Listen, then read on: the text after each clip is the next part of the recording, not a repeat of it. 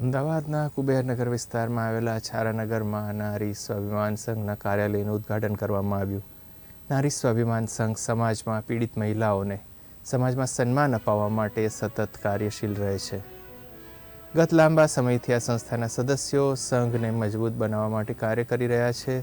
નારી સ્વાભિમાન સંઘના કાર્યાલયના ઉદ્ઘાટન પ્રસંગે સામાજિક કાર્યકરો સહિત આગેવાનો અને સંઘના મહિલા કાર્યકરો મોટી સંખ્યામાં ઉપસ્થિત રહ્યા. આ પ્રસંગે સામાજિક કાર્યકર છગનભાઈ પટેલે સંસ્થાના કાર્યોને બિરદાવી સંસ્થાના કામ માટે હંમેશા ઉપસ્થિત હોવાનું આશ્વાસન આપ્યું.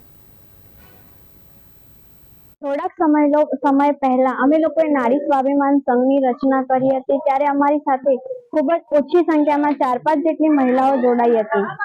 અમે લોકોએ ઘરે ઘરે જઈને પ્રચાર કર્યો. ત્યારબાદ લોકો અમારી સાથે, મહિલાઓ પણ પુરુષો પણ અમારી સાથે 200 જેટલા લોકો અમારી સાથે આ સંસ્થામાં જોડાયા.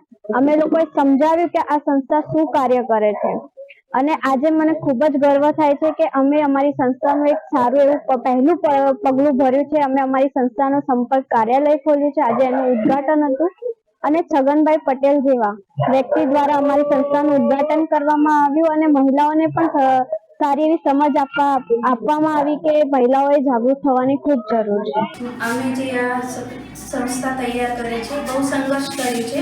5-6 મહિનાથી આટલી બધી બહેનો અમે ભેગી કરી છે અને આગળ બી કરતા રહીશું.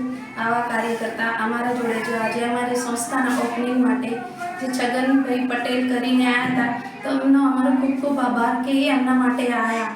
અને બધી બહેનો, અમારા મુખ્ય ગામની બહેનો, મોચીપાડાની બહેનો, છારાનગરની બહેનો, બધી બહેનો મળીને અમે આ કાર્ય આગળ કરતા રહીશું. જે બી બહેનોને કંઈ તકલીફ હોય, કંઈ બી અડધી રાતે અમે એમના માટે ઉપલબ્ધ રહીશું.